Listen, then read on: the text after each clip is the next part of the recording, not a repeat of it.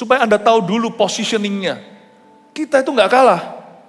Iblis itu sudah dikalahkan, tapi kita jangan naif.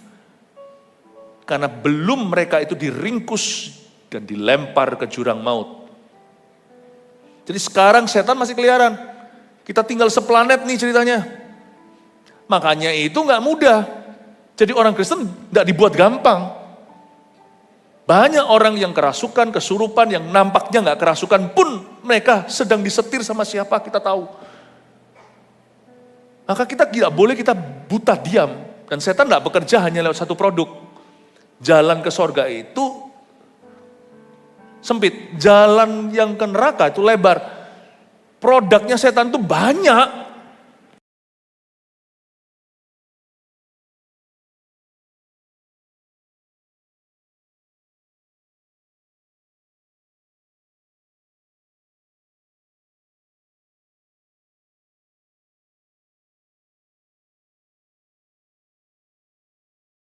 Ibadah ada di depan, Anda bisa lihat. Sekarang di ibadah yang keempat. Saya bahas kenapa hidup berasa seperti perang terus ya. Siapa yang merasa seperti saya? Kayaknya hidup ini perang terus kayaknya. Perang di dalam, perang di luar, di dunia. Bukan perang beneran kadang-kadang, gejolak dalam jiwa. Keluarga juga banyak sekali problema. Tantangan di kehidupan kita tiap hari silih berganti. Siapa merasa hidup ini kok banyak sekali gejolak ya? Oh, kalau yang nggak angkat tangan mungkin belum hidup. Saya rasa kita semua ya. Nah, kita akan pelajari hari ini di dalam kitab Efesus pasal 6 ayat 10 sampai 20. Saya bacakan dulu cukup panjang 10 ayat akhirnya. Hendaklah kamu kuat di dalam Tuhan, di dalam kekuatan kuasanya. Kenakanlah seluruh perlengkapan senjata Allah supaya kamu dapat bertahan melawan tipu muslihat iblis. Karena perjuangan kita bukanlah melawan darah dan daging, tapi melawan pemerintah-pemerintah, melawan penguasa-penguasa, melawan penghulu-penghulu dunia yang gelap, ini melawan roh-roh jahat di udara. Sebab itu ambillah seluruh perlengkapan senjata Allah, supaya kamu dapat mengadakan perlawanan pada hari yang jahat, dan tetap berdiri sesudah kamu menyelesaikan segala sesuatu.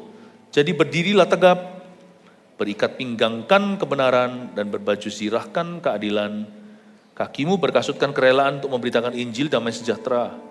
Dalam segala keadaan, pergunakanlah perisai iman. Ya, sebab dengan perisai itu kamu akan dapat memadamkan semua panah api si jahat. Dan terimalah ketopong keselamatan dan pedang roh, yaitu firman Allah, dalam segala doa dan permohonan. Berdoalah setiap waktu di dalam roh, dan berjaga-jagalah di dalam doamu itu dengan permohonan yang tak putus-putusnya untuk segala orang kudus. Juga untuk aku, supaya kepadaku jika aku membuka mulutku dikaruniakan perkataan yang benar, agar dengan keberanian aku memberitakan rahasia Injil, yang kulayani sebagai utusan yang dipenjarakan. Berdoalah supaya dengan keberanian aku menyatakannya, sebagaimana seharusnya aku berbicara. Perikop ayat-ayat ini diberi judul oleh penterjemah ke bahasa Indonesia, yaitu perlengkapan rohani atau spiritual armory.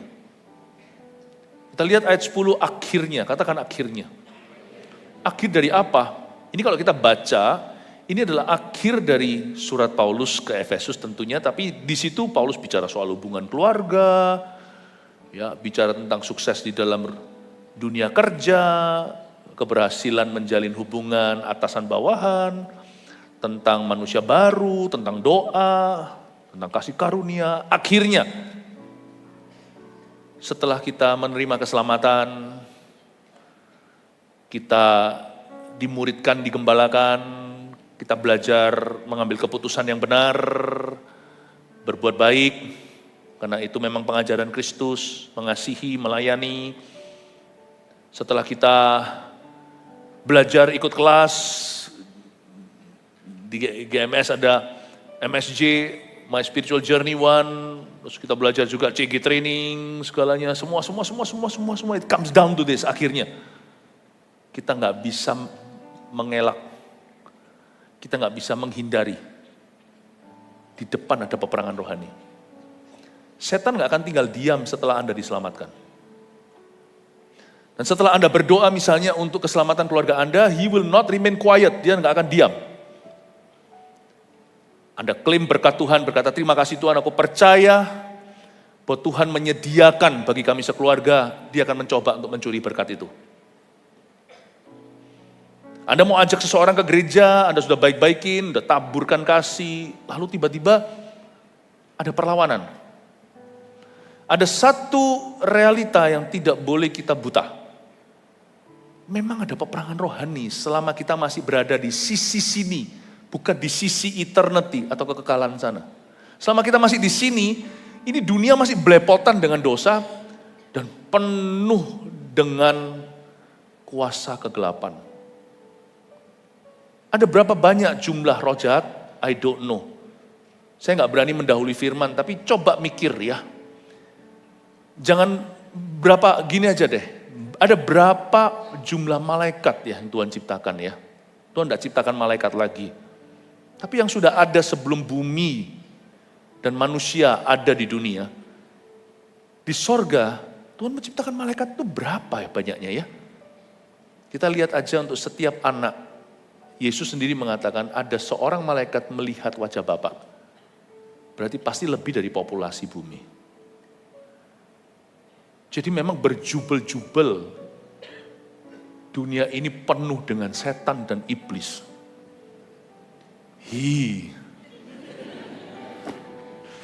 Jangan takut yang gitu-gituan, yang ke WC, di tempat gelap, bukan gitu. Itu yang nggak terlalu bahaya. Kita harus mengerti dulu watak setan itu apa tujuannya. Tapi saya hanya ingin menunjukkan pada Anda, memang ada peperangan rohani. Jangan pura-pura seolah-olah semua baik-baik. Dunia nggak sedang baik-baik. Mau tinggal di negara manapun sama. Mau profesi apapun juga akan menghadapi peperangan rohani. Selalu ada tarik tambang antara bukan Tuhan lawan setan. Tuhan bukan lawannya setan. Nggak seimbang. Dia Allah Maha Kuasa. Antara malaikat Tuhan dan malaikat yang jatuh. Antara Lucifer dan Mikael, Gabriel, Serafim, kerubnya Tuhan. Jadi memang betul-betul ada tarik tambang antara gelap dengan terang. Setiap hari ya selalu ada suara yang membisikkan kita berbuat jahat, selalu ada suara Roh Kudus yang memberitahu jangan begitu. Ikuti Tuhan Yesus. Kita diperhadapkan dengan pilihan-pilihan. Akhirnya jangan lari dari fakta bahwa ada peperangan yang tidak terlihat yang melibatkan miliaran malaikat. Makanya itu Yesus disebut the Lord of Hosts, dalam bahasa Inggrisnya artinya Allah Maha Perkasa. Dia yang memerintah malaikat-malaikat itu. Saya nggak tahu berapa jumlahnya. Tapi yang pasti di perjanjian lama suggest atau menyarankan suatu kebenaran bahwa sepertiga dari malaikat itu diseret jatuh bersama dengan kepalanya. Jadi bukan soal jumlah angka malaikatnya banyak-banyakan. Mereka semuanya itu diberi semacam kuasa dan wewenang. Tapi Yesus, segala kuasa ada di tangan Tuhan. Segala hormat, pujian, dan lagunya saya lupa. Semua mereka itu tidak ada artinya. Kuasa Tuhan tak bisa tertandingi, bahkan tidak bisa didekati. Tapi just to make your heart feel secure. Kita itu bukan minoritas supaya membuat rasa aman di hati Anda yang mendengar. 2/3 malaikat bersama dengan sepertiga itu diseret oleh si naga tua. Jatuh seperti bintang yang jatuh dari langit. Kita itu gak pernah kalah hawa. Orang yang bersama dengan Tuhan itu mayoritas. Belum lagi Yesus menebus kita. Dan dia mati bagi kita, membuka jalan. Dia bangkit, dia sudah mengalahkan segalanya.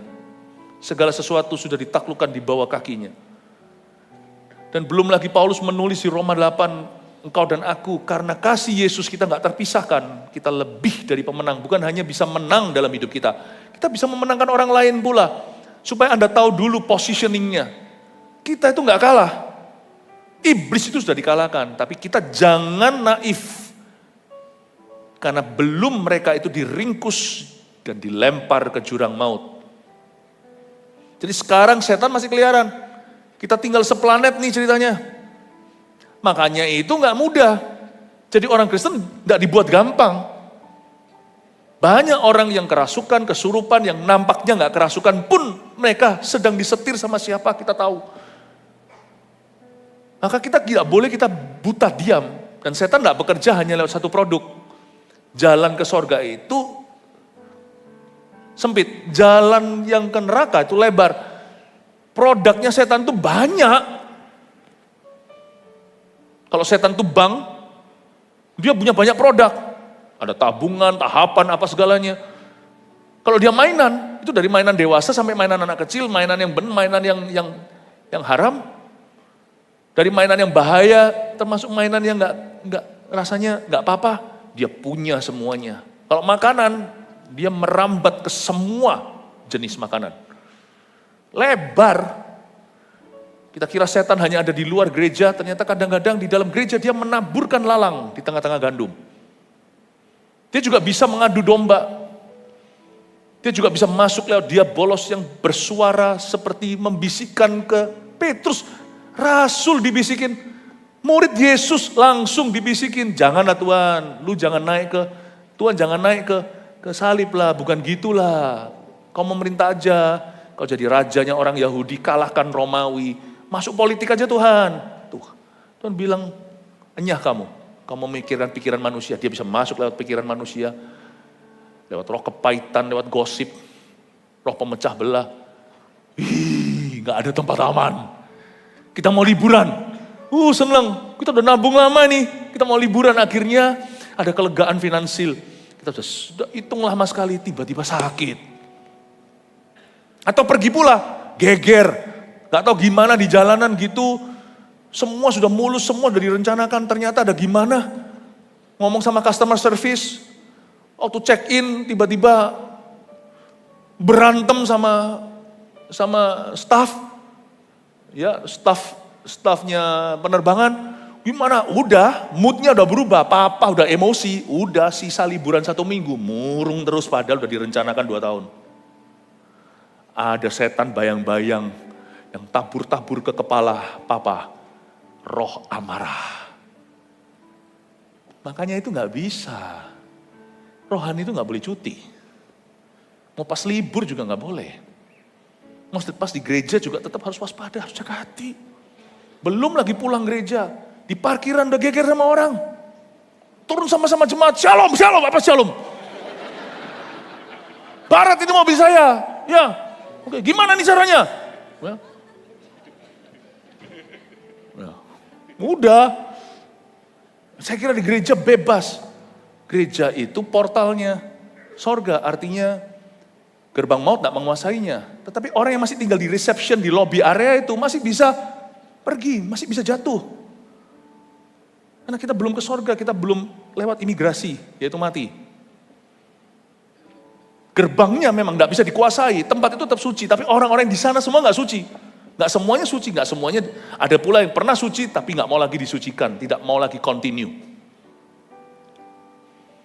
Saya ingin untuk menunjukkan dulu kata akhirnya ini, supaya Anda mengerti bahwa perang itu ada, perang rohani, perang yang tidak kelihatan. Nah, mari kita lihat sekarang apa yang harus kita lakukan ya. Akhirnya, hendaklah kamu apa? Kuat. Jadi kita mesti kuat di dalam Tuhan. Kekuatan fisik beda dengan kekuatan roh. Kekuatan rohani dan kekuatan jasmani. Ada orang berkata seorang tentara nih. Wah, luar biasa. Kenapa ya ada orang yang disiplinnya begitu tinggi? Ya, misalnya tentara khusus, latihannya luar biasa, disiplin jasmaninya jangan tanya. Dia bisa tidur sambil memegang senjata. Senjata mau diambil dia tahu. Bisa tidur di atas pohon. Ya.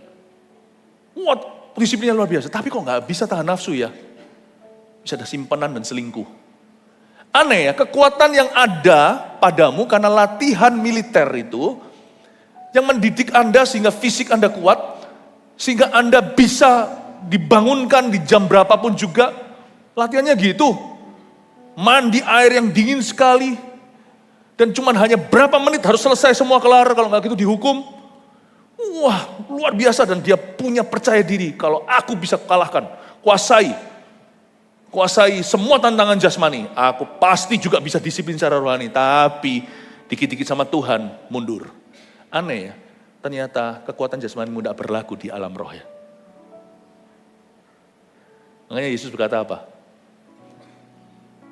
Manusia hidup bukan dari roti saja, tapi dari setiap firman yang keluar dari mulut Allah. Tapi dia latihan setengah mati badan, tapi rohnya tidak dilatih, kurus kering kerontang, tidak ada firman, tidak ada hidup doa, dan dia mentang-mentang merasa bahwa dia bisa push up, bisa bangun jam berapa, bisa tidur sambil pegang senjata, otomatis dia pasti tahan nafsu, hancur di situ. Di alam satu, secara jasmani, dia tentara gagah perkasa. Di alam rohani, dia anak kecil yang tidak berdaya. Anda harus mengerti, nggak tentu orang punya banyak uang, koneksi, pintar ke university, otomatis Anda akan membuat keputusan yang benar. Makanya hari-hari kita digoncangkan, dunia digoncangkan oleh berbagai macam berita yang mengejutkan seperti Epstein Files dan sebagainya. Ini itu orang-orang elit. Sekolah-sekolah tinggi-tinggi, Harvard, Yale, segalanya. Saya ingin Anda mengerti bahwa tidak seorang pun berdaya tanpa Tuhan, karena setan pada ujungnya akan memegang jiwa orang-orang yang tersesat. Dan mereka akan melakukan kehendaknya. Ingat sepinter-pinter kau dan aku, kita baru hidup puluhan tahun. Tanpa Tuhan, ingatlah lawanmu itu sudah ribuan tahun. Atau bahkan entah berapa tahun, hanya Tuhan yang tahu. Sebelum kasus Adam dan Hawa, malaikat ini sudah Tuhan cipta. Tuhan sudah ciptakan malaikat. Berapa tahun, miliaran tahun kayak apa, yang pasti mereka dicipta. Tuhan pencipta.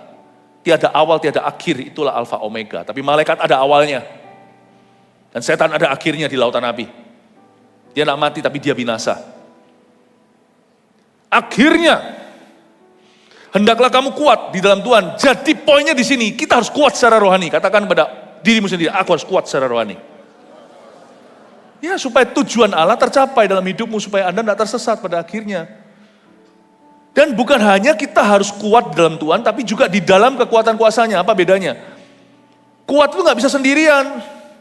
Di dalam kekuatan kuasanya, temukan dirimu dalam kekuatan-kekuatan Allah. Ya ini, Anda beribadah ini, latihan badani bergunanya hanya sementara. Latihan rohani berguna untuk hidup sekarang dan hidup yang akan datang. Ini, baca Alkitab, itu kekuatan kuasanya. Saat teduh pribadi, atau kita CG, apalagi itu, kita dilatih untuk melayani. Memang betul kita nggak bisa menerbangkan pesawat hanya dengan baca Alkitab. Kalau misalnya nanti yang pegang pesawat terbangnya saya dari Bali besok ke Surabaya, misalnya, kalau yang nanti terbangkan itu pendeta, saya turun. Dia bukan sekolah pilot, sekolah teologi. Saya ngeri. Tapi setiap anak-anak Tuhan itu harus jadi fondasi. Aku adalah seorang Kristen yang juga seorang pilot. Aku seorang Kristen yang juga adalah ibu rumah tangga. Aku seorang Kristen yang adalah CEO. Aku seorang Kristen yang adalah pengusaha. Aku seorang Kristen yang adalah dosen. Aku seorang Kristen yang profesor. Aku seorang Kristen yang dokter. Itu loh fondasinya, fundamentalnya itu Kristiani. Aku Kristen yang juga adalah seorang pendeta. Profesi kita beda, iman kita sama. Itu yang mendidik, yang menjadi sumbernya dan juga menjadi maha guru, yang juga menjadi tujuan akhirnya, alfanya, gurunya, omeganya, tujuannya, itu Yesus Kristus yang menjadi DNA. Makanya kita di gereja ini kita dipertajam. Makanya gereja bukanlah mengkhotbahkan politik praktis dan bukan jelek-jelekkan orang. Gereja adalah tempat di mana besi menajamkan besi. Manusia-manusia Allah dipertajam oleh manusia-manusia Allah. Di sini kita belajar apa yang menjadi kehendak Allah. Kita belajar untuk menerjemahkan visi misi kita sebagai orang Kristen dalam kehidupan kita. Di dalam kekuatan kuasanya itu, jangan Anda terlibat dalam pembicaraan yang sia-sia. Itu membocorkan kuasa. Jangan kau terlibat dengan aktivitas, komunitas. Jangan terlibat dengan percakapan, perbuatan yang membocorkan kekuatan rohanimu. Seperti malas-malasan, seperti gosip, seperti kepahitan. Malah justru mengacaukan banyak orang, itu menimbulkan perpecahan. Seperti, apalagi? Itu loh hal-hal yang orang-orang yang suka sia-siakan seperti kebaktian sebelumnya saya ajarkan tentang jangan sia-siakan waktu. Jangan buang waktu. Lawan katanya di dalam kekuatan kuasanya itu dalam kedagingan. Dalam kesia-siaan. Dalam kepercumaan. Dalam sesuatu yang tidak membangun manusia rohmu, tidak membangun apa-apa, bahkan tidak membangun kognitifmu, tidak membangun. Jangan suka rumpi-rumpi, rasan-rasan, itu bocorkan. Jangan suka buang-buang waktu, jangan seperti orang tertentu yang suka menjauhkan diri dari pertemuan-pertemuan ibadah juga seperti itu. Itu juga membocorin sesuatu, karena pasti apa yang kau izinkan absen, semula perkara-perkara rohani di sana atau perkara-perkara berguna akan segera diisi oleh sesuatu yang lain dan biasanya sesuatu yang kontras. Kalau kita dulu diisi dengan Tuhan itu lalu kita mulai nggak mengisinya, itu pasti diisi oleh sesuatu atau seseorang yang bukan Tuhan dan jauh dari kehendak Tuhan. Kalau kita mau kuat, kita harus berada di dalam kekuatan, kuasanya. Kita mau berapi-api, ya jangan tunggu aku mana apinya, api jangan bergantung orang lain terus. Kita harus saling mengapi-apikan diri. Tapi kalau saya mau apinya besar, saya nggak bisa sendirian. Saya harus berada di tengah-tengah api unggun Allah, yaitu besi menajamkan besi, manusia menajamkan manusia, api saling mengapi-apikan diri. Pernahkah Anda ngomong sama seseorang rasa kayak tiba-tiba Anda drain, habis itu rasa kayak dehidrasi secara rohani? Ini, lebih baik Anda pamit deh. Sorry, aku nggak ikut yang bicara ini. Tapi pernahkah Anda bicara sama seorang tiba-tiba Anda seperti disegarkan, nggak pernah. Kalau gitu jadilah orang itu. Bicara dengan orang tertentu, 5 menit, 10 menit itu bisa membuat kita jadi kuat.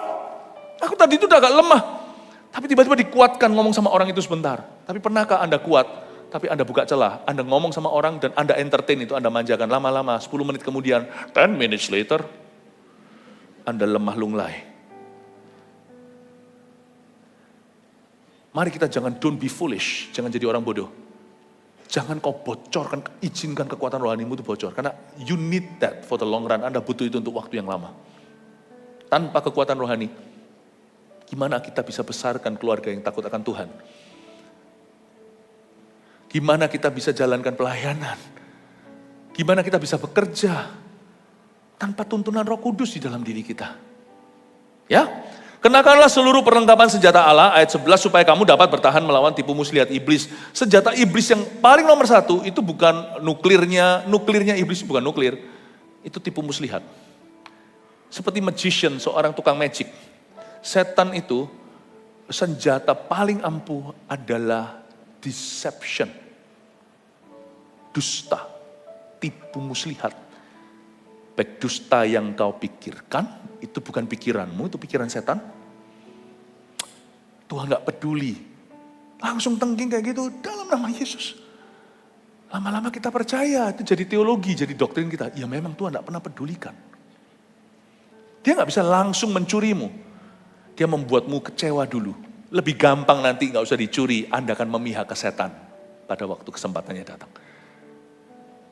Untuk membuat seorang Kristen murtad, dia gak perlu tampil sebagai roh jahat. Dia tampil padamu sebagai penasihat. Membuat Anda perlahan-lahan ilfil sama Tuhan. Nanti kan pindah sendiri, gak usah disuruh. Tipu muslihat itu seperti orang magic show. Ya, coba saya tunjukkan ya. Ini kan kebaktian terakhirnya, kebaktian enggak ya, masih ada satu ya. Oke, coba sini ya. Sini, Owen di depan sini. Kita main magic ya. Lihat sini, agak maju sedikit. Enggak usah, kamu lihat aja. Tangan uncle ya. Ini anaknya Pastor Sam by the way ya. Ya, Pastor Sam, rambut seperti muffin, udah bagus sekali. Tapi itu bagus, itu komplimen loh. Oh iya ya, Bapak ya. Ini, lihat ada di tangan saya kan? Saya bisa buat ini hilang. Sungguhan. Kamu hitung 1 sampai 3. 1, 2, 3.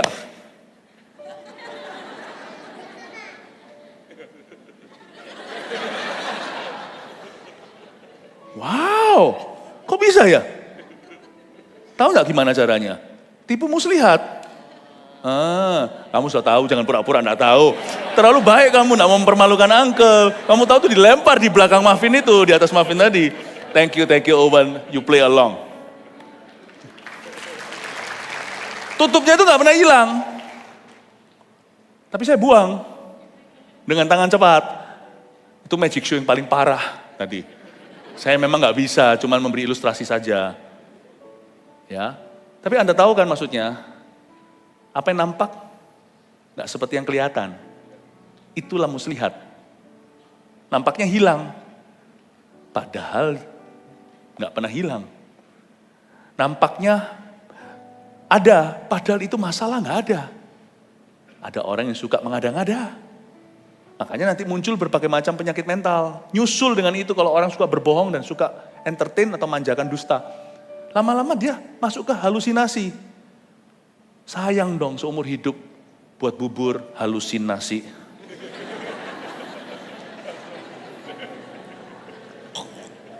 Sekarang coba ini saya buat hilang.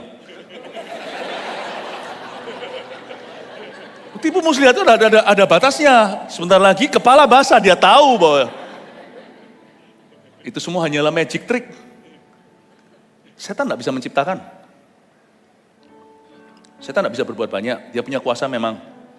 Tapi dia pakai segala kuasanya untuk menipu dan mendustai kita. Supaya kita meninggalkan Tuhan. Satu goalnya, apapun jenis setan. Mereka itu bersatu dalam tujuan. Membuat hidupmu KO, tersungkur. Kalau bisa jangan kau sendiri, kau bawa orang. Itu namanya bukan hanya mencuri, membunuh. Sak kampung sisan membinasakan. Makanya setan kalau bekerja di dalam diri seorang kepala keluarga. Udah kalian semuanya nggak usah ke gereja. Langsung pasti nafsunya begitu. Ya kalau mau tarik-tarik orang, dia tarik-tarik pasti. Karena dia nggak pernah puas dengan mencuri satu. Dia mau membinasakan satu kota kalau bisa. Oh, don't you know yet? Dia mau membinasakan seluruh dunia. Dan Yesus gagalkan itu. Jesus foil his plan. Dia batalkan lewat kematian di Kalvari. Tapi sekarang akhirnya kita harus mengerti apa yang menjadi tujuan setan, apa yang menjadi kehendak Allah.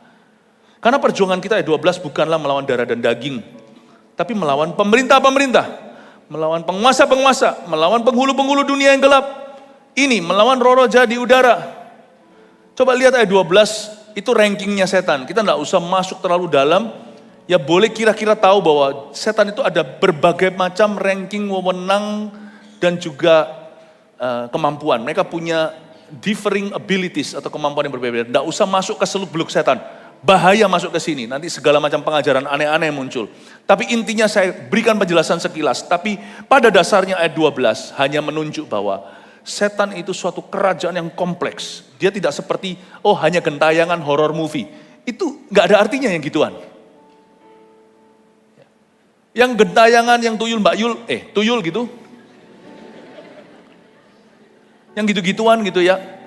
Itu showbiz, itu show. Anda harus mengerti bahwa iblis itu satu kerajaan. Mereka pernah menjadi malaikat Tuhan yang baik. Mereka ini evil. Bukan bicara soal scary, menakutkan, tapi evil, jahat. Intention di dalam diri mereka tidak ada kebaikan sama sekali, tidak ada pertobatan. Dan mereka ini intelligible beings. Roh-roh yang punya intelek. Yang kayak gitu-gitu ada setan gentayangan namanya. Kan saya sudah bilang berjubel-jubel. Jadi perlu rumah. Jangan lupa mereka itu keluar dari rumahnya. Mereka itu diusir dari hadirat Allah. Seperti Adam dan Hawa waktu berdosa dari Taman Eden. Dan mereka ini adalah beings atau ciptaan Allah yang perlu rumah.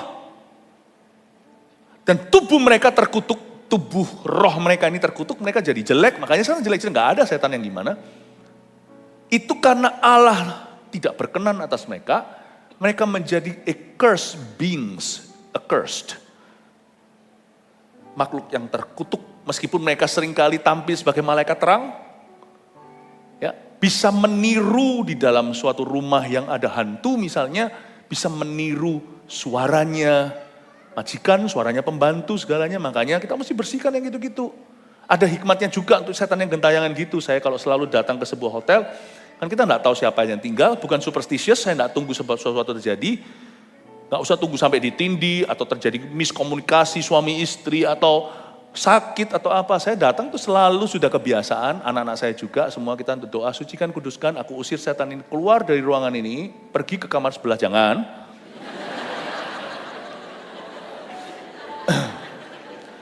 Aku usir setan ini, pergi, keluar dari kamar ini, sampai kami check out dan keluar dari sini.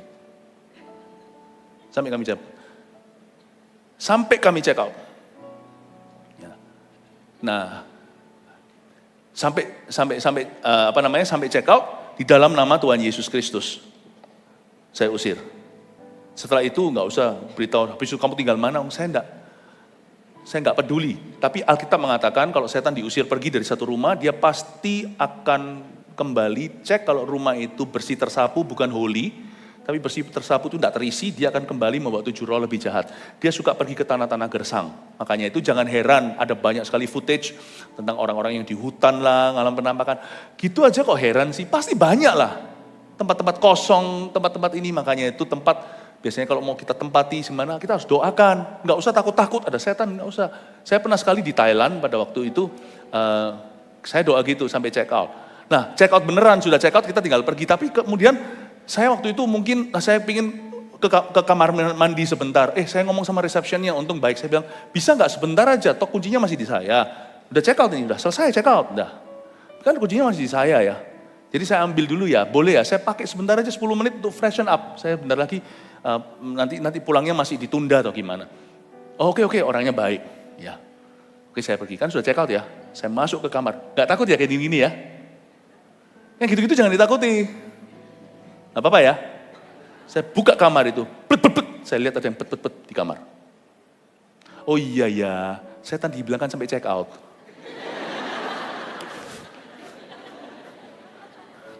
Saya nggak takut gitu, mau sikatan, mau apa, mau ini dulu saya kan belum ke airport nih. Saya bilang kamu keluar dalam nama Yesus sampai saya sudah keluar negeri dari sini. Hilanglah dia pergi. Tapi saya lihat tet waktu saya buka pintu itu. Takut nggak? Saya nggak akan ceritain lebih horor dari itu karena saya pernah ngalami yang jauh lebih yang tak kau bayangkan. Jadi Anda bersyukurlah kalau gembala-gembala Anda itu pendoa. Karena mereka menghadapi naga supaya yang kau hadapi hanyalah ular biasa. Kalau saya cerita mungkin beberapa orang di sini gak akan berani ke WC sendiri. Gak usah, Anda gak akan ngalami gitu kok, jangan takut. Janganlah kita itu benci sama orang. Setan itu paling bisa menunggangi bukan hanya orang-orang jahat. Tapi setan juga bisa menunggangi atau memakai mulut lidah bibir atau memakai maksud hati atau memakai keputusan orang-orang yang salah. Termasuk orang-orang Kristen yang salah sikap hatinya. Setan bisa pakai kedagingan seseorang yang tidak diserahkan. Karena rumah yang dia inginkan sebenarnya bukan rumah beneran. Karena tubuhnya terkutuk. Dia itu makanya itu suka yang namanya menyurupi seseorang. Gak semua orang bisa kesurupan, itu sudah pasti ada barternya dulu. Orang itu cari orang-orang pintar gak akan cari orang pintar. Ngapain cari orang pintar? Cari Tuhan. Cari orang pandai, bukan orang pintar. Ngerti ya, orang pintar di sini maksudnya yang kultisme, bukan pintar beneran. Paham kan maksud saya kan? Siapa tahu juk saya, juk bapak-bapak, gak ngerti semua. Jadi, yang setan ingin benar-benar huni itu bukan rumahmu, bukan kamar kosong. Itu saking penuhnya, dia harus masuk ke apapun yang kosong. Dia paling suka itu bahkan bukan babi ribuan yang turun lemas itu. Yang dia suka itu orang gerasa. Dia paling suka tinggal dalam diri manusia. Karena bagaimana caranya dia menentang Allah pencipta mereka kalau tidak merusak ciptaannya yang paling mulia. Perang nih Amerika, Afghanistan misalnya, kalau pilot Amerika ketangkap atau sebaliknya. Kira-kira seneng gak ya? Kalau nangkap lawannya. Gak bisa tangkap presidennya, Bush atau siapa dulu zamannya Afghanistan. Kalau tangkap orang yang mirip, sewarga negara, sebangsa, pasti dijadikan bulan-bulanan. Setan ketemu Anda, Mirip kayak Allah penciptanya yang aku paling benci, kata setan. Makanya dia hancurkan hidupmu. Itu pun orang Gerasa tidak bisa dibuat mati karena masih ada kasih karunia Allah menunggu pertobatannya. Kalau memang setan mau bunuh, udah dari dulu, dari sononya udah dibunuh tuh orang Gerasa. Yang dirasuk 4.000 setan legion itu, nggak bisa dicekik mati, nggak bisa. Karena Tuhan masih kasih satu kesempatan. Setan itu dibatasi kekuatannya, tapi pasti akan ada barter kenapa orang itu begitu. Buktinya kalau paling tidak kalau kita nggak disurupi, kalau seorang nggak disurupi, dia pasti akan ditekan. Adakah kalau Anda lihat orang-orang hidupnya tertekan, kena berbagai macam depresi, sampai penyakit tertentu, tidak semua penyakit begitu, tapi ada penyakit-penyakit yang karena memang roh jahat bekerja dengan berlebihan dalam kehidupan seseorang. Makanya ada yang namanya demon possession atau kesurupan, ada yang namanya demon oppression atau ditekan oleh setan. Tapi sama antidotnya dan kuk itu dilenyapkan oleh urapan. Anda harus tahu dulu peperangan rohani, saya coba buka ini. Yang dia paling ingin huni adalah rumah, satu rumah itu namanya bait sucimu. Dari otak kita, pikiran kita yang mau dikacau dulu. Hati kita yang tidak dijaga. Ditaburi berbagai macam akar-akar yang salah. Dia mau tinggal di dalam rumahmu. Di dalam tubuhmu. Di dalam hidupmu. Kita harus tahu dulu bahwa ranking setan ini semua apapun perbedaan ability atau kemampuan mereka. Otoritas mereka berbeda-beda. Mereka punya satu tujuan. To ruin your life. Menghancurkan hidupmu. Untuk mengacaukan hidup Anda. Dan dia paling benci gereja yang hidup yang benar-benar mencari Tuhan. Dia paling benci. Karena dia tahu mereka bahaya. Di dunia ini sama, coba sebut setan gitu aja pembelanya banyak. Dari ujung dunia semuanya akan membela. Setan itu ada. Tapi di sini saya jelaskan, dia dijelaskan beberapa ranking-ranking ini sekilas saja kita perlu tahu. Ada yang namanya pemerintah-pemerintah, ini bukan pemerintah sebuah negara, tapi dia bisa mempengaruhi di level-level itu. Makanya kita mesti mendoakan pemerintah-pemerintah kita. Ya. Tapi jangan biasakan diri untuk tuding orang, ada setan, kamu setan, nggak usah jadi ghostbuster kemana-mana. Doakan, bukan jadi orang yang suka tudingan. Pemerintah-pemerintah, orang di level-level yang benar-benar berada di posisi-posisi strategis. Memang betul itu ada. Kuasa gelap, makanya itu gereja harus menjadi gereja yang berdoa. Orang Kristen harus menjadi orang Kristen yang berdoa. Ada penguasa-penguasa, setiap itu ada penguasanya. Ada yang namanya penguasa-penguasa, ini penguasa begini, penguasa gini. Dia itu adalah yang namanya jenderal-jenderalnya lah ya, nggak usah gaya-gaya, aku barusan usir jenderal setan, satu roh, itu benar-benar jenderal. Kok tahu? Dia ngomong sama saya, dibohongin loh. Waktu kita kelepasan, nggak usah ajak omong, kalau ada orang kelepasan, kalau ada di antara kita pelayanan kelepasan, dalam nama Yesus, ngoceh, malah di interview. Dia adalah bapak segala dusta loh, dia mau ngomong apa aja salah. Dia ngomong yang benar itu juga dia palsu, pasti ada niat hatinya. Makanya Paulus gak percaya pada waktu ada satu wanita yang punya roh tenung beritahu inilah hamba Allah yang maha tinggi memberitahu jalan kebenaran. Betul kan? Paulus gak kasih percaya. Jangan hanya lihat beritanya benar. Sumbernya itu kau cek dulu. Itu sumbernya itu siapa yang ngomong? Setan, gak ada yang bagus. Langsung Paulus noleh dan kata, diam, enyah. Makanya dia masuk penjara di Filipi. Karena hilang kangdau, hilang rezeki itu tuan-tuannya. Ini peramal soalnya. Dia ngomong salah ya sudah sepatutnya. Jadi apapun yang jangan kau banggakan. Jangan diajak bicara kalau kita melayani. Misalnya dalam CG ada yang kelepasan doakan. Jangan kita ajak bicara. Kamu siapa? Aku ini. Namanya siapa? Berapa jumlah kamu? Oke, nanti dia bilang aku neneknya. Anda percaya? Anda percaya arwah bisa merasuki. Padahal arwah sudah kembali kepada Tuhan yang mencipta. Dibohongin, dikacau nanti teologi dan doktrinmu. Dia tidak hanya ingin merasuki orang itu, kalau bisa sesatkan seluruh dunia kok. Terus habis itu kita gaya berkata, aku barusan kalahkan jenderalnya. Kok tahu? Kamu dibohongi sersan kamu.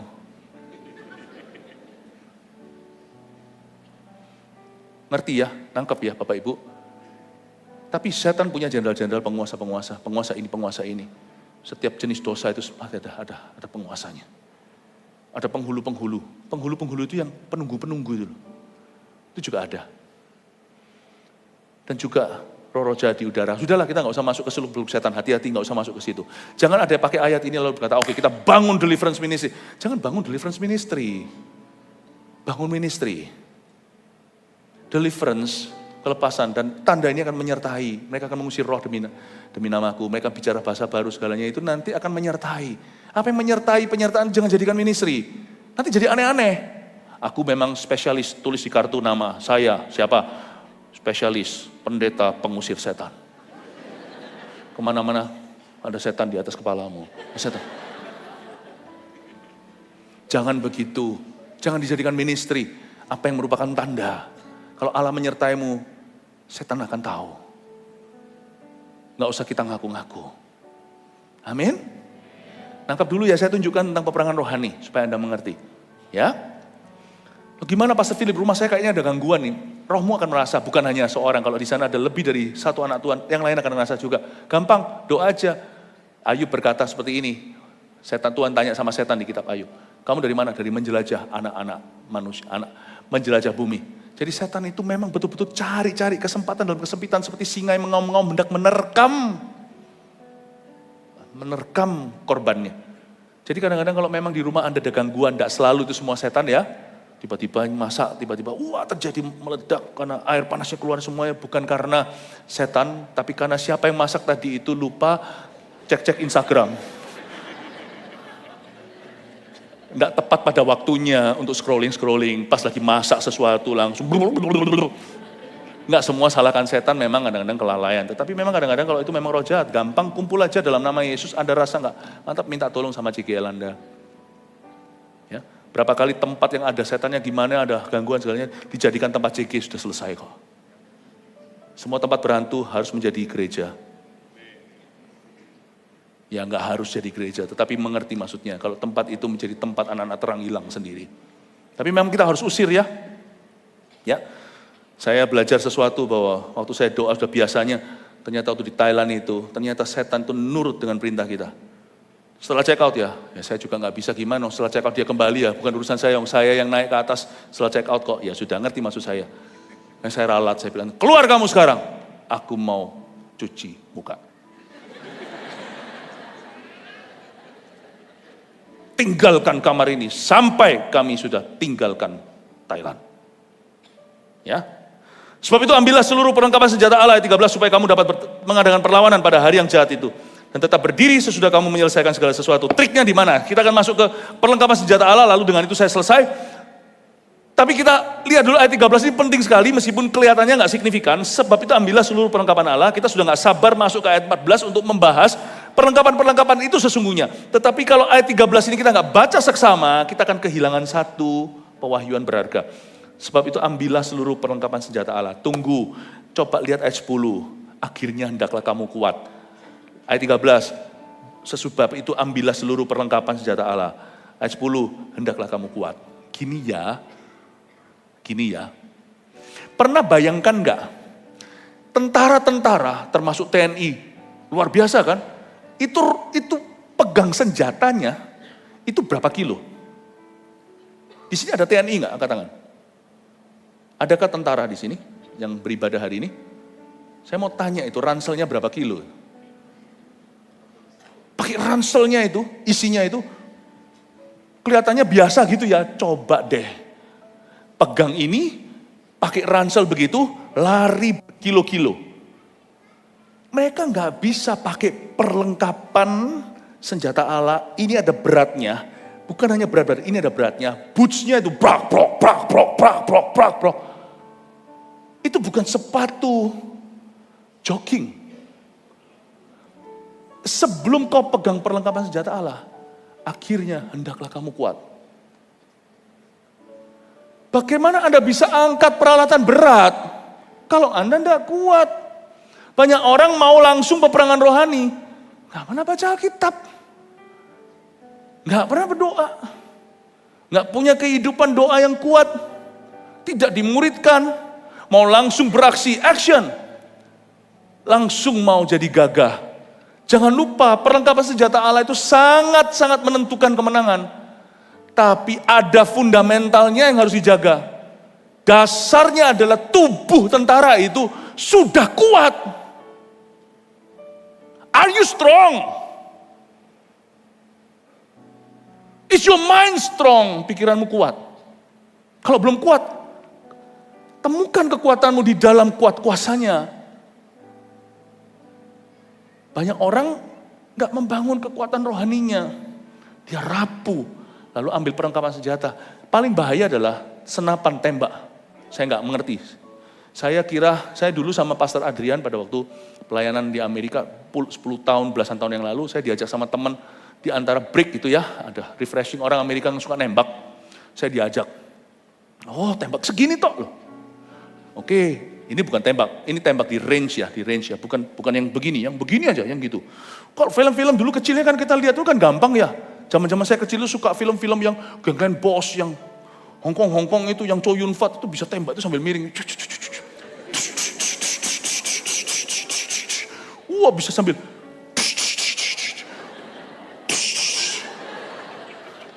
Baru saya kerasa sesungguhnya tembak cuma segitu doang. Di situ kelihatan di sana mestinya gampang. Dor. Nggak kena, bahkan ke bulat besarnya nggak kena. Tiba-tiba di sana ada bunyi meow. Pastor Adrian lain. Ditembak des kena. Tapi nggak ke jackpotnya lah. Nggak ke bullseye. Saya tembak aja nggak bisa. Percuma Anda mau punya yang canggih, yang apa, kalau Anda tidak dilatih. CG itu tempat latihan. Anda mau perlengkapan whatever, you name it. Sia-sia, Anda tidak terlatih. Di tangan seseorang pedang itu, bisa menjadi alat yang luar biasa, apalagi atlet wushu. Ya, di tangan orang tertentu, pakai pedang yang sama, dia bisa ngekat dirinya. Musuhnya masih hidup, dia sudah darah-darah sendiri. Senjata tajam, hati-hati, jangan kau mainkan. Kau harus latihan. Fencing, latihan. Kita kan pikirannya ke perlengkapannya, tapi bukan persiapannya. Pemuritan itu persiapan. Belum apa-apa anak kecil semua megang tembak. Kalau sampai ada orang gak terlatih pegang tembak gini, semua tiarap saudara.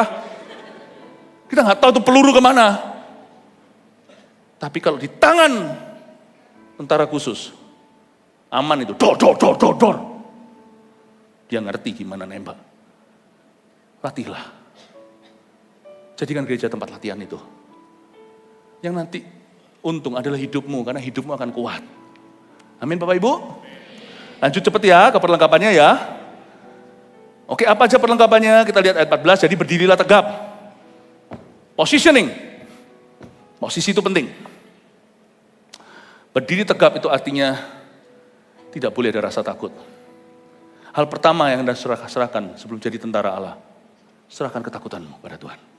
Aku mau cek takut nanti gak cocok, takut nanti gini. Aku mau ke MSC takut gak bisa selesaikan apa. Gak boleh takut-takutan. Kita semua punya rasa takut, saya ngerti itu normal. Tapi jangan simpan, serahkan. Ya, berikat pinggangkan kebenaran. Katakan ikat pinggang kebenaran. Alkitab ini penting sekali karena kebenaran itu bicara tentang firman. Ikat pinggang adalah satu bagian fashion yang tidak termasuk. Dia ditambahkan. Ya, apalagi di dalam peperangan ini pakai perlengkapan senjata Romawi. Sabuk itu tempat untuk membuat perlengkapan lain semuanya itu dipersatukan dan diikatkan. Sabuk itu kalau dilepas, lepas semuanya yang lainnya. Ketika dipasangkan ke sabuknya, klek, semua itu nyampe. Kayak orang naik roller coaster itu semuanya. Diklek, itu berarti semua tek semuanya masuk. Sabuk ini firman. Tanpa firman tidak ada pemersatu. Maka semua senjata itu liar di tangan Anda. Atas sampai bawah nggak sinkron semua. Karena itu penting sekali kita harus punya fixed biblical principles. Itu artinya sabuk berikat pinggangan kebenaran adalah prinsip-prinsip rohani yang fix. Ini bukan hikmat di lapangan yang bisa berubah. Ini bukan fleksibilitas untuk bisa mengerti cerdik seperti ular tapi tetap tulus seperti merpati. Ini yang membuat merpati tulus itu ketulusan prinsipnya apa? Karena itu penting sekali kita nggak pindah-pindah penggembalaan. Supaya kita bisa difikskan prinsip rohani kita. Itu ikat pinggang, itu membuat semua yang lainnya itu sinergi. Kalau dilepas itu ikat pinggangnya, kalau zaman modern hari ini, itu ada pistol di sini. Ada botol minumnya, mungkin ada granatnya di sini. Itu sabuk dibuka, itu 1001 perlengkapan ikut copot. Tanpa firman, copot semuanya. Seperti lagu lama, copot, copot. Lalu habis itu ada berbaju sirahkan keadilan, katakan baju sirah keadilan, ini rompi. Baju sirah keadilan ini berbicara tentang the right heart. Ada hal-hal tertentu bukan secara doktrin, secara logis, secara logika, kebenaran yang bukan dipikirkan, kebenaran yang dirasakan. Hatimu itu loh harus benar. Nuranimu itu di mana? Kalau ada rasa sesuatu gak sek, jangan masuk ke situ. Jangan diteruskan. Karena hati yang tahu dia benar di depan Tuhan, itu powerful weapon. Itu gak perlu imannya dipompa-pompa. Kalau Anda doa, Anda tahu hatimu benar. Meskipun Anda marah, Anda serahkan ke Tuhan, Anda tahu. Anda langsung tahu Tuhan ada di pihakmu. Gak ada yang beritahu. Itu yang membuat kita seringkali ragukan, doa kita didengar gak, karena hati kita ada tuduhan. Makanya itu jaga nurani. Pokoknya kalau nuraninya terganggu, jangan kompromi. Hati itu harus dijaga, gak boleh ada tuduhan. Sebab rompiku, baju sirah keadilan. Keadilan di sini bahasa Inggrisnya righteousness, bukan justice. Jaga hati yang benar. Lalu habis itu, dalam segala keadaan belum ya. Ayat 15, pakaimu berkasutkan kerelaan untuk memberitakan Injil damai sejahtera. Itu bicara tentang ministry. Ternyata pelayanan, khususnya pemberitaan Injil, menjangkau jiwa-jiwa, ternyata itu senjata rohani buat kita loh. Aneh ya, padahal itu kan untuk orang lain. Tapi ternyata untuk kita, ketika kita memfokuskan diri untuk memenangkan orang lain, kita sendiri jadi kuat. Mau lihat ya, seorang ibu yang mau melahirkan, wanita harusnya secara fisik lebih lemah dari laki-laki. Tapi aneh, kalau soal melahirkan, untung bukan kita yang melahirkan. Bapak-bapak, untung bukan Anda dan saya. Kita pegang mangkuk panas saja. Aduh panas. Istri kita cuma tinggal, ini wanita itu superhero. Iya kan? Siapa di sini yang ngerasa gitu? Atau saya saja? Teh panas gitu, cangkirnya, aduh panas sekali. Istri kita bisa ngambil cuma begitu aja. Mereka lebih tahan sakit, bukan karena apa? Karena kasih kepada anaknya, kasih ibu itu tiada duanya. Sakit, pus, yeah! Kalau kita mungkin yang cowok yang melahirkan, pus, loh, sungguhan kok. Kau video aku kayak gini ya, waduh.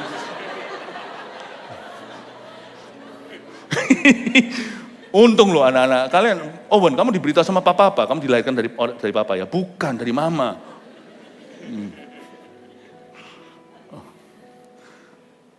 Itu mama. Mau tahu Anda memberitakan Injil damai sejahtera itu kekuatan? Sehingga membuat kita tidak give up waktu kita hadapi masalah kita. Lihat orang yang tidak pernah pelayanan, rapuh, dikit-dikit ngambek, dikit-dikit hilang. 16, dalam segala keadaan pergunakanlah perisai iman, sebab dengan perisai itu kamu dapat memadamkan semua panah api dari si jahat. Perisai iman di sini, katakan perisai iman. Perisai ini bukan perisai yang kecil ya, ini perisai yang gedenya Romawi itu loh, yang nutupi seluruh badan dan nutupi teman. Perisai iman itu bicara tentang ya iman ya.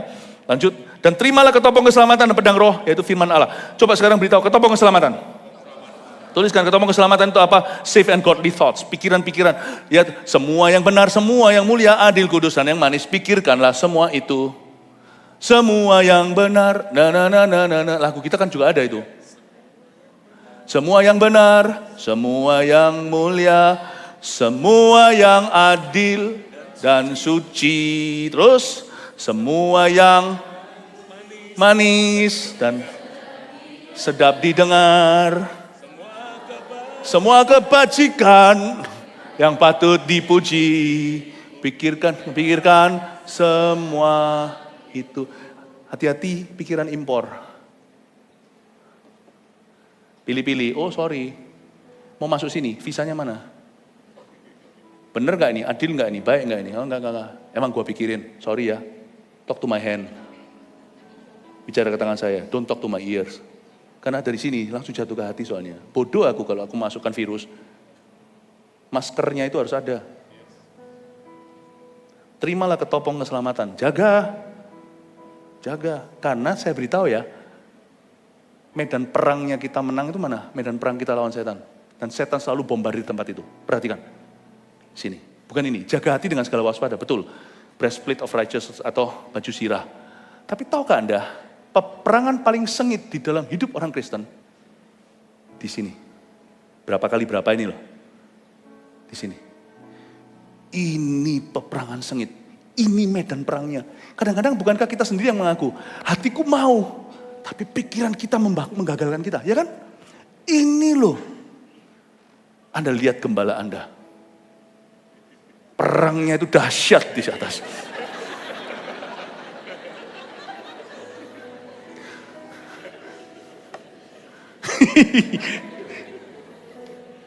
Amin? Baru ngerti setelah saya pakai Pastor Sam sebagai ilustrasi.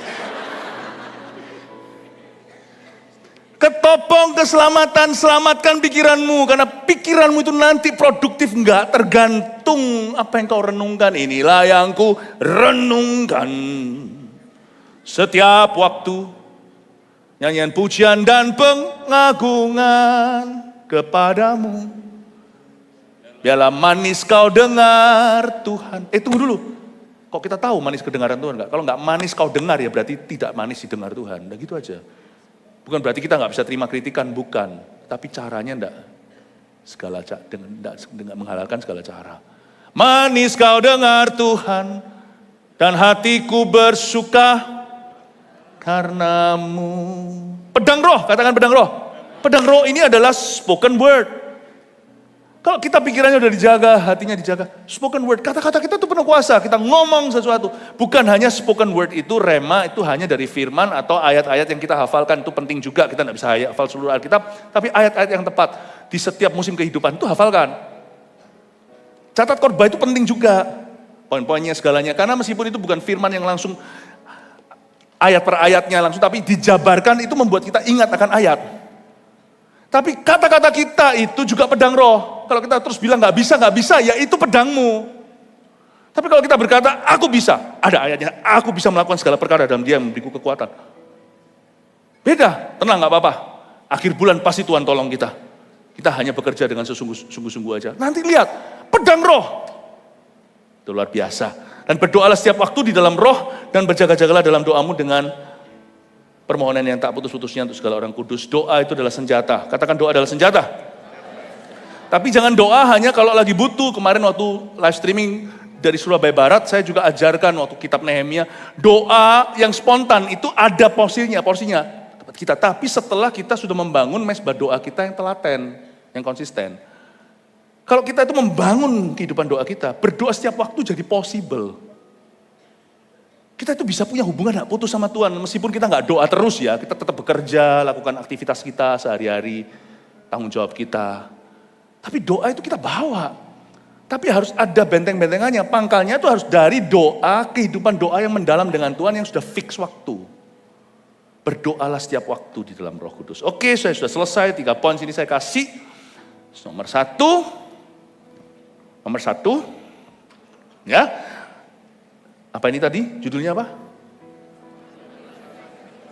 Kenapa hidup berasa seperti perang terus? Nomor 1, sadari ada pertempuran rohani, bukan hanya masalah biasa. Oke, jadi kita ngerti dulu ya, sekarang paham kan ternyata memang ada peperangan rohani. 2, munculkan, perkuat diri dengan firman Tuhan setiap hari dan setiap saat. Bangun hubungan dengan firman, karena itu yang membuat semua sinergi. 3, jadikan doa sebagai gaya hidup, bukan hanya saat butuh saja. Oke, sekarang kita ngerti kenapa hidup kita penuh dengan peperangan rasanya, karena memang ada peperangan yang tidak kelihatan. Lakukan 3 hal ini, Anda akan melihat memang terobosan-terobosan terus terjadi. May open heavens be your portion, biarkan surga terbuka menjadi porsimu mulai hari ini. Haleluya, mari kita semua bangkit berdiri. Haleluya, mari angkat kedua tanganmu, terimalah berkat yang telah menjadikan Anda semua lebih dari pemenang. Jadi umat kepunyaannya untuk memberitakan tahun rahmat Tuhan. Supaya dimanapun Anda berada, di situ ada karya Yesus yang dinyatakan. Mari angkat kedua tanganmu, terimalah berkat ini. Terimalah berkat kasih yang dari Allah Bapa, anugerah kesetiaan dari Yesus Kristus dan pertolongan dari kuat kuasa Roh Kudus akan menyertai hidupmu dari hari ini sampai selama-lamanya. Terimalah berkat ini dalam nama Yesus Tuhan. Haleluya. Amin.